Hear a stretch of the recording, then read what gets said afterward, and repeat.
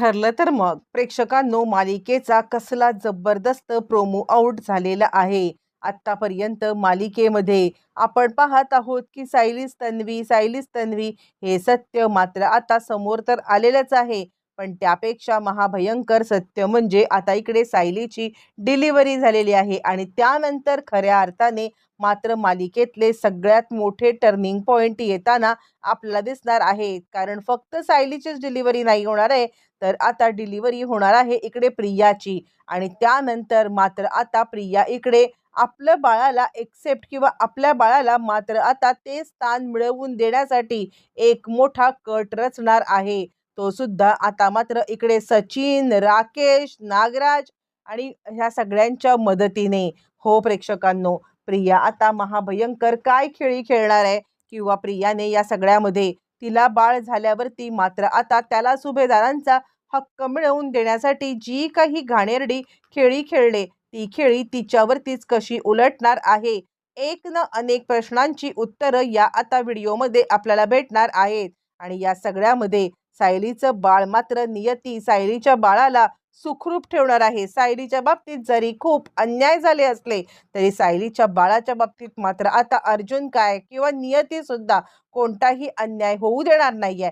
पण मग प्रियाने काय कारस्थान रचलंय, तो डाव तिच्यावरती कसा उलटणार आहे. आणि त्या महत्वाचं म्हणजे आता या सगळ्यामध्ये प्रियाचं बाळ हे खरंच आता हे आहे का, म्हणजे आता सुभेदार कुटुंबाचा वारस आहे का, याच्यावरती प्रश्नचिन्ह उठवल्या कारणाने एक वेगळंच भयंकर सत्य समोर येणार आहे.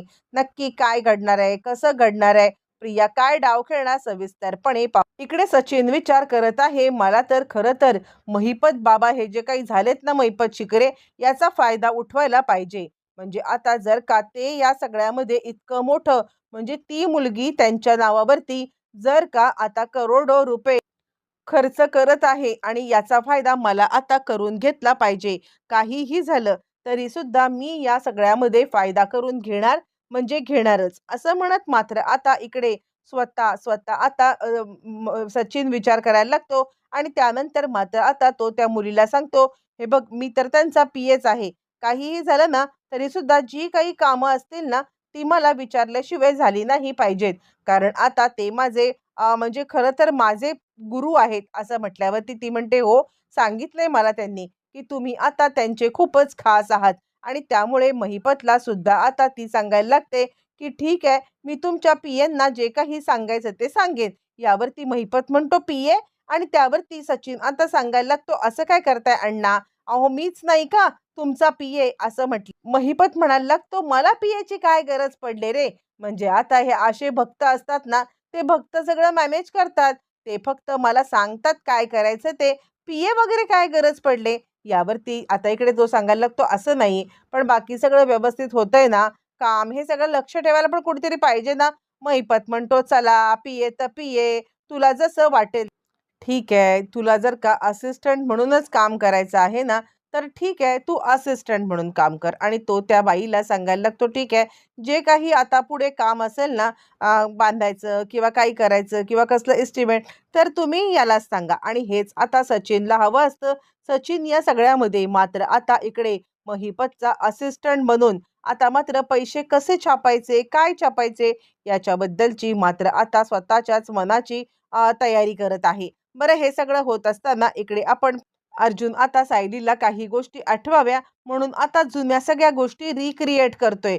जेणेकरून जे त्याला आठवतं, जे त्याला असं वाटतं की आपण आता हे असे छान क्षण इकडे तन्वीसोबत घालवलेले आहेत आणि ते कदाचित तन्वीला आठवू शकतात. त्या गोष्टी तो आता करतोय.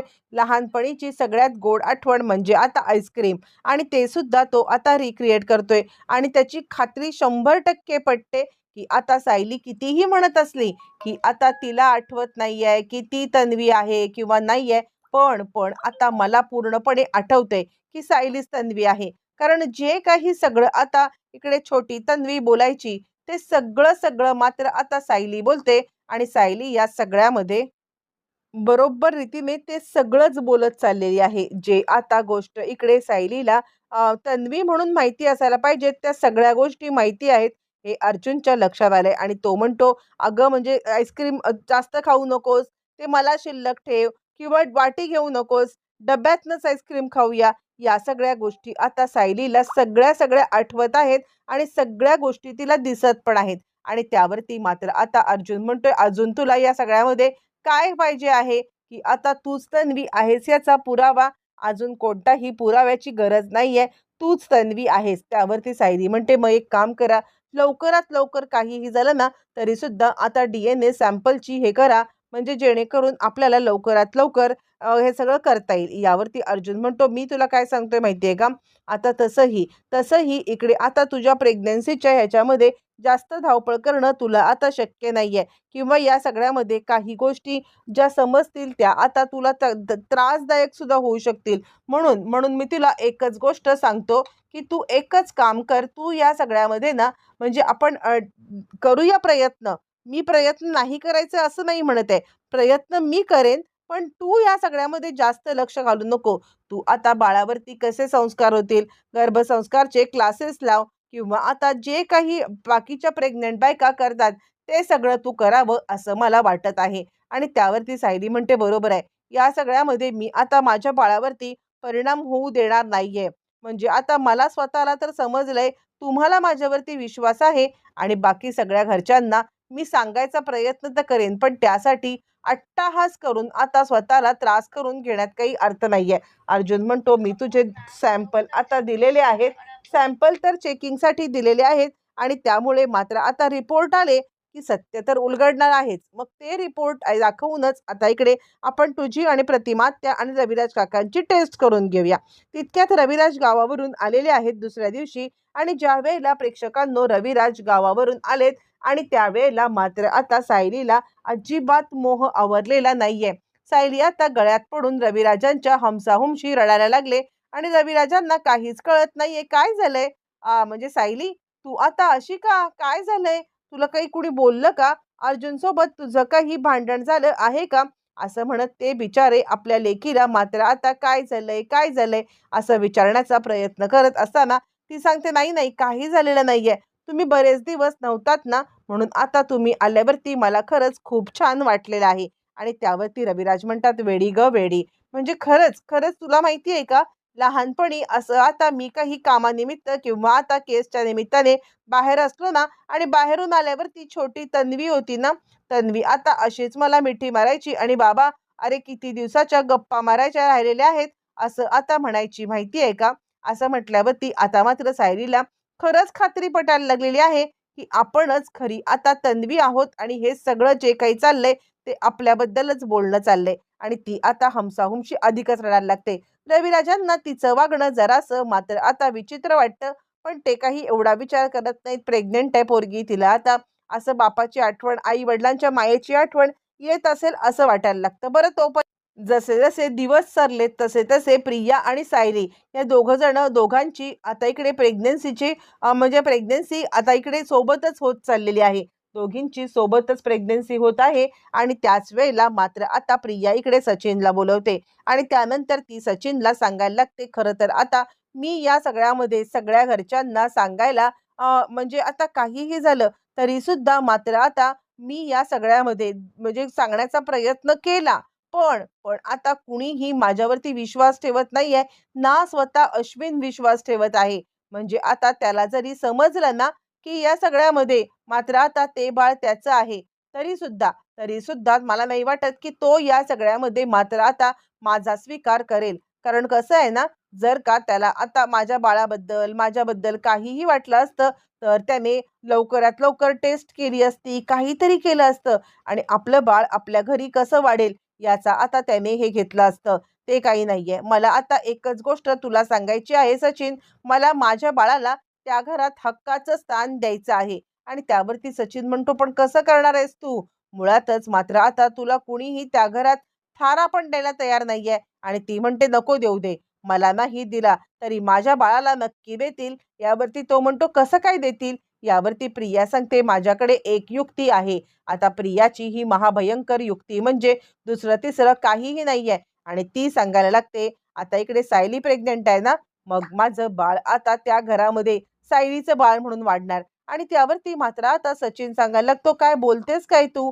आणि त्यावरती ती सांगायला लागते, "हो, म्हणजे काहीही झालं तरी आता मी त्या घरामध्ये माझं बाळ टाकणार म्हणजे टाकणार आणि त्यासाठी मला काहीही करायला लागलं तरी सुद्धा चालणार आहे. मग सायलीचं बाळ सुद्धा पळवायला लागलं तरी पण चालेल. आणि त्यावरती मात्र आता सचिन सांगायला लागतो, "असं काही करू नकोस. आपण सायलीला जुळं बाळ झालेत असं पण काहीतरी देखावा करू शकतो ना." यावरती ती सांगते, "पण त्यासाठी मला आता तुझी मदत लागणार आहे. कारण काहीही झालं तरी सुद्धा मात्र आता डॉक्टरांना जर का मॅनेज करायचं असेल, तर या सगळ्यामध्ये तुझी मदत लागू शकते." यावरती तो म्हणतो, "ठीक आहे, पण तुला उपयोग काय? तुझं बाळ त्या घरात वाढणार, ते मोठं झाल्यावरती मात्र आता तुला विचारणार पण नाहीये." यावरती ती म्हणते, "अजिबात नाही. ज्यावेळेला त्या बाळाला त्या लोकांचा लळा लागेल ना, त्या आणि एकदा का ते सुभेदार मात्र आता त्या बाळाच्या प्रेमात पडले आणि त्यानंतर मात्र आता ते इतके इमोशनल आहेत ना, की कधीच त्याला माझ्याकडे देणार नाहीत किंवा मग आता मी त्याच्यावरती हक्क सांगितल्यावरती मला सुद्धा हे करतील." सचिनला ही आयडिया इतकीशी काही पटली नाहीये, पण त्याला सध्या तरी प्रियाची गरज आहे आणि त्यामुळे तो सांगतोय, "ठीक आहे, तू काहीही झालं ना, तरी सुद्धा जी काही गोष्ट तू ठरवलेस ती कर. माझ्याकडून काय मदतीची तुला आता अपेक्षा आहे, तेवढं फक्त तू सांग." त्यावरती सांगते, "काही नाही, तू डॉक्टरांना मॅनेज करायचं आहेस. सायलीच्या पोटामध्ये जुळी बाळं आहेत, हे चित्र मात्र आता इकडे जर का घरच्यांच्या समोर उभं राहिलं, तर मात्र माझ्यासाठी ही गोष्ट सोपी आहे." असं म्हटल्यावरती मात्र आता प्रियाने इकडे वेगळीच चाल खेळले. जसे दिवस सरकतायत तशी मात्र आता इकडे प्रिया या सगळ्यामध्ये मात्र DNA टेस्ट करते. पण प्रियाची DNA टेस्ट मात्र निगेटिव्ह आलेली आहे आणि हा सगळा प्रकार घडलाय त्यामुळे प्रिया हादरले. तिने आता DNA टेस्ट तिला मॅनेज सुद्धा काही करता येत नाहीये आणि त्यानंतर मात्र आता प्रियाने डिलिव्हरीच्या निमित्ताने ज्या वेळेला बाहेर पडले, त्यावेळेला मात्र आता प्रियाने एक मोठी खेळी खेळलेली आहे. इकडे प्रियाची डिलिव्हरी झाली, तिकडे साक्षीची डिलिव्हरी झाली आणि प्रियाने मात्र आता इकडे पोलिसांना एकच हट्ट केलेला आहे, की काहीही झालं तरी सुद्धा आता माझी डिलिव्हरी या हॉस्पिटलला व्हायला पाहिजे. आता तिने हा हट्ट केलेला आहे कारण तिला सायलीची ज्या इथे डिलिव्हरी झाली तिथेच डिलिव्हरी करायची आहे आणि याचसाठी तिने आता हा सगळा प्रकार केलेला आहे. बरं त्यानंतर इकडे बाळ झालेलं आहे आणि डॉक्टरांनी सांगितले की जुळं झालंय आणि त्याच वेळेला मात्र आता इकडे प्रियाने आपलं बाळ तिच्या इथे ठेवलेलं आहे. पण ॲक्चुअली सायलीला जुळं बाळच झालेलं आहे आणि त्यामुळे प्रियाच्या बाळाला जागाच नाहीये. कारण प्रियाचं बाळ आता तिकडे कसं काय राहणार? त्यावेळेला प्रियाने सायलीचं एक बाळ पळवलंय प्रेक्षकांनो. इथेच मालिकेतला सगळ्यात जबरदस्त टर्निंग पॉइंट आलाय. इथेच मालिका टर्निंग पॉइंटवरती आले. सायलीचं एक बाळ आहे प्रियाकडे आणि एक तिच्याकडे. यानंतर मालिकेत ते कसे टर्निंग पॉइंट येणार, काय होणार येणाऱ्या भागात सगळं कळणार आहे. सायलीला कधी समजणार की हे आपलं बाळ नाहीये, प्रियाचं आहे किंवा प्रिया या सगळ्यामध्ये अजून काय नवीन खेळी खेळणार आहे. येणाऱ्या भागामध्ये सगळ्या गोष्टी क्लिअर होणार आहेत. असेच एपिसोड जाणून घेण्यासाठी चॅनलला सबस्क्राईब करा.